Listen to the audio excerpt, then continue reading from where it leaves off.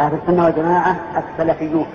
السلفية هي الفرقة الناجية، هم أهل السنة والجماعة.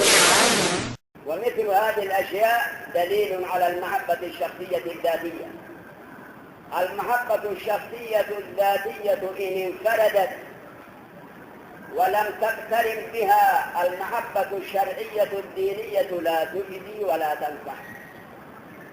فلنفهم جيدا هنا إن كثيرا من الناس يحبون رسول الله صلى الله عليه وسلم محبة شخصية ذاتية، وربما يبالغون فيه ويؤلفون في ذلك قصائد للمدح، ولكن عند تطبيق ما جاء به واتباع هديه والعمل بسنته ليسوا بشيء، لا يعملون.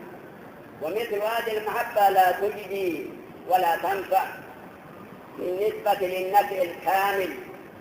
دليل ذلك قصة أبي طالب.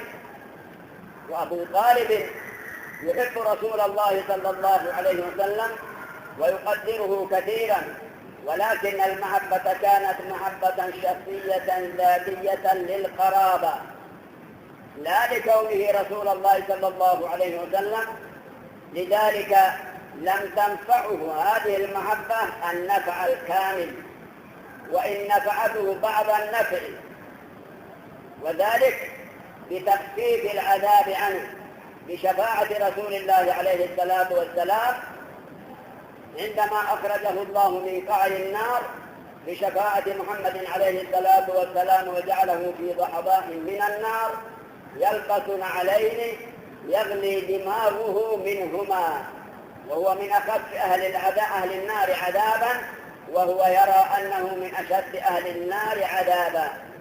هذا النفع إنما حصل بتلك المحبة وذلك الدفاع وتلك التضحية التي قدمها أبو طالب لرسول الله صلى الله عليه وسلم وهو على دين قومه لم يؤمن به.